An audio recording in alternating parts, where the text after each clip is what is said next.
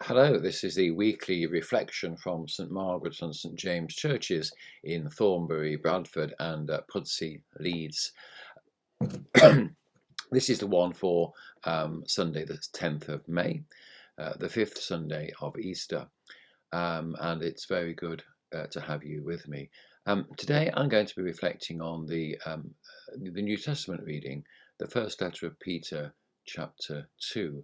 And if you haven't read it recently, you can find my colleague Father Robert reading it on the Facebook page.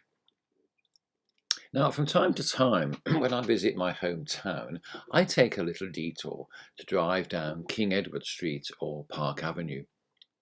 I take the detour for the sake of a bit of nostalgia to drive or walk past the two schools that I attended as a child. The buildings have happy memories, but of course they're not the schools I attended. The staff and pupils of King Edward College have long moved on, and Attleborough County Junior and Infant School is no longer even a school, and the last time I looked, it was up for sale. Ultimately, schools and indeed churches are people and not buildings. And yet the buildings have a strange significance and a powerful draw. The Jewish people had very mixed feelings about buildings. For the first 1,000 years of their history, their feelings were really quite negative. The presence of God was focused on the Ark of the Covenant, a wooden chest which contained the tablets of stone on which were written the Ten Commandments. But the Ark of the Covenant had nothing grander than a tent to house it. King David, having decided to build himself a grand palace, decided to build a similar one for the Ark, for God. But the prophet Nathan reports God's refusal of the offer. Are you the one to build me a house to dwell in? I've not dwelt in a house from the day I brought the Israelites out of Egypt to this day. I've been moving from place to place with a tent as my dwelling. Wherever I have moved with all the Israelites, did I ever say to any of their rulers whom I commanded to shepherd my people Israel, why have you not built me a house of cedar? All that's recorded in the second book of Samuel, chapter 7. No doubt God was rather offended that he was an afterthought once David had built a palace for himself. But there was a strong tradition in the Jewish people of being migrants, never settled, and certainly not imitating the grandiose building plans of other nations. The Jewish people did not need pyramids. And in a time of political turbulence and continual warfare, grand building plans may have been inappropriate. However, circumstances changed very quickly. And in the time of David's son, King Solomon, peace returned, and Solomon judged that the time was right to build the first permanent Jewish place of worship, the Temple in Jerusalem.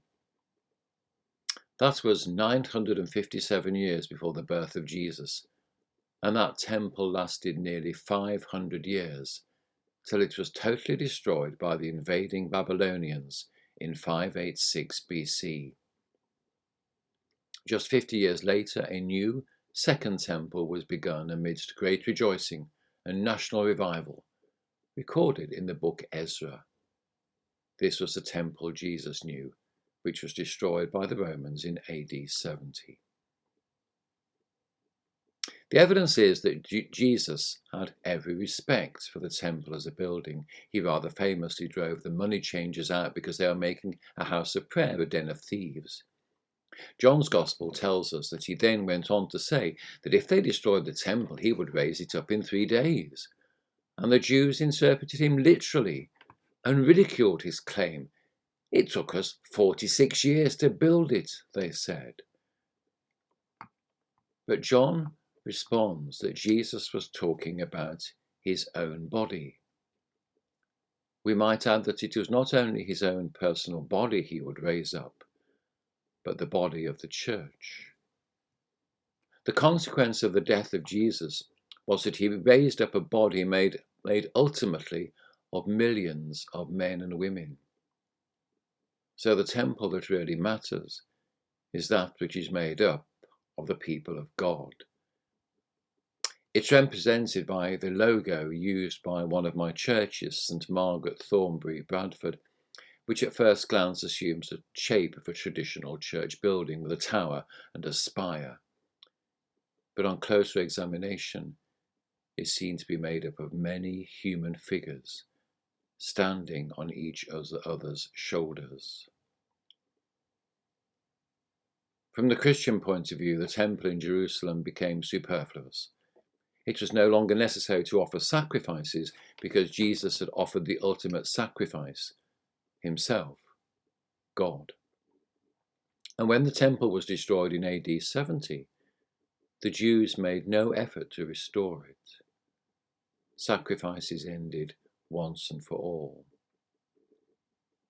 And this is the image picked up by St. Peter. His letter was probably written before the destruction of the temple, but its words would have seemed all the more relevant after that destruction.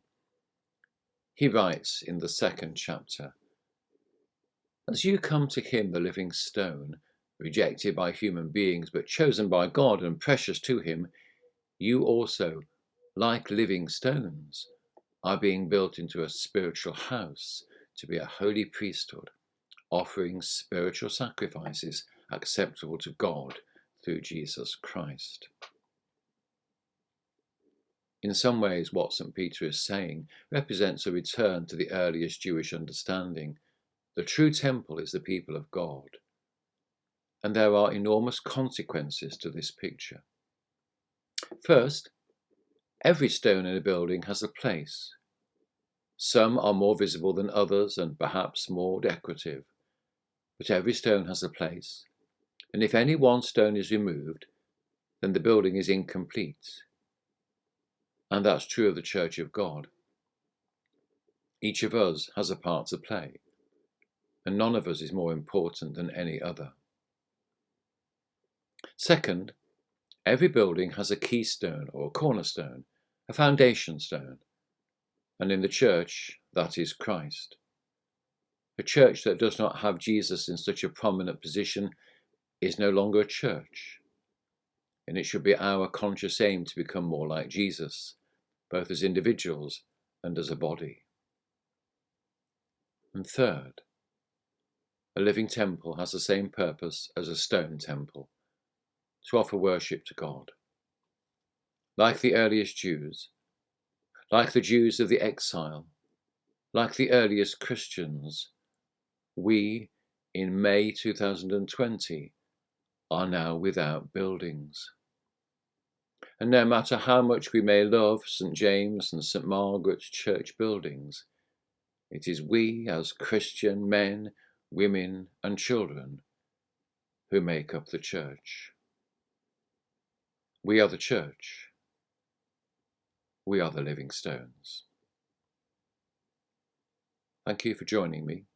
I do hope you'll follow us regularly on Facebook, and once our church buildings are open, feel free to join us.